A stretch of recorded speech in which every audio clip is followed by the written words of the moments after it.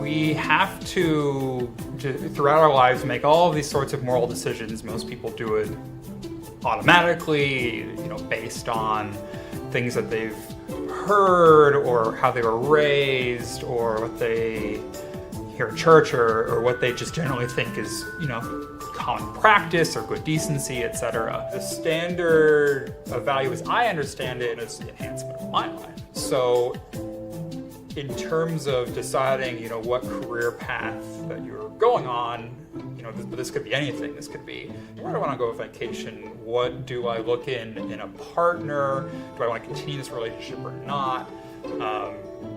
Everyday choices, but certainly big choices need to be looked at from that perspective. For me, being self-interested often means not really caring about what other people think. So a lot of my experiences tend to be in an academic setting where people often reward, the best people in the area. So you're constantly evaluated and rewarded on how you fare relative to others. But I think in your own day-to-day life, you really have to evaluate yourself independently of others. And I think that's, otherwise it's impossible to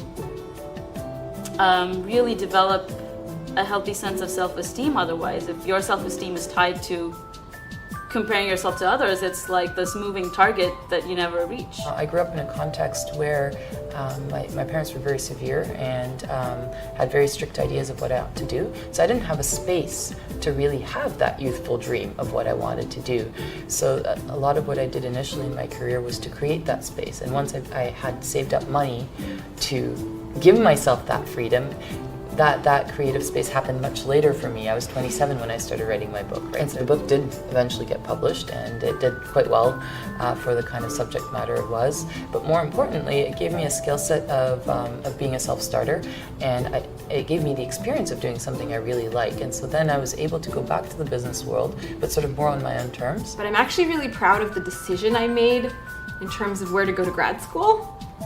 So it was Harvard versus UVA.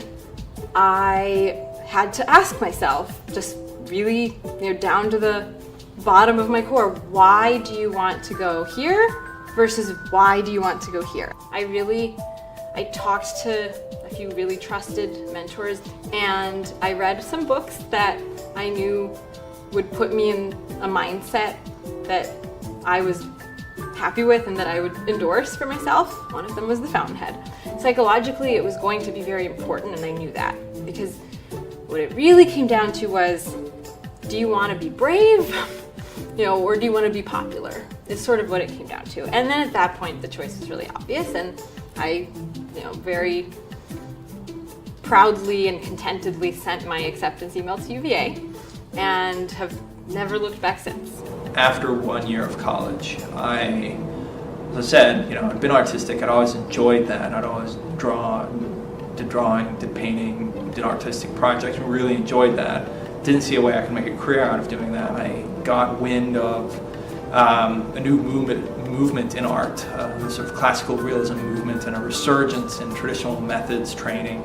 And then I did some research on that and realized that, look, I could have an art career that would be very different than what I had expected prior to that. I would have to be outside of the normal art world. I'd have to sort of walk my own path, but that was fine by me. I didn't want work to be drudging on, you drag yourself out of bed every day. Of course, all work, even stuff you love, has an element of that. I was sure that I would end up in a probably successful, monetarily in the context of a career and getting very well paid to do something, but not being particularly happy about it. And I guess that's the real core of it. You have to recognize what is really going to make me happy. I think my ingoing expectation is that I had to be successful, I had to be wealthy, I had to have things that I could show other people that communicate that wealth and that success.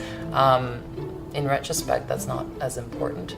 What's important is liking what you do and seeking to be independent. And then that ultimately does lead to wealth and success, but that's only an effect, right? You can't seek the sort of effects as the first thing you're going for. And I think a lot of what we do in terms of choosing the schools we go to, or the courses we take, or the jobs we take, a lot of the time we choose something because it sounds prestigious or it will look good on a resume. So I think in looking back, I would pick something that is 100% genuinely what I want to do,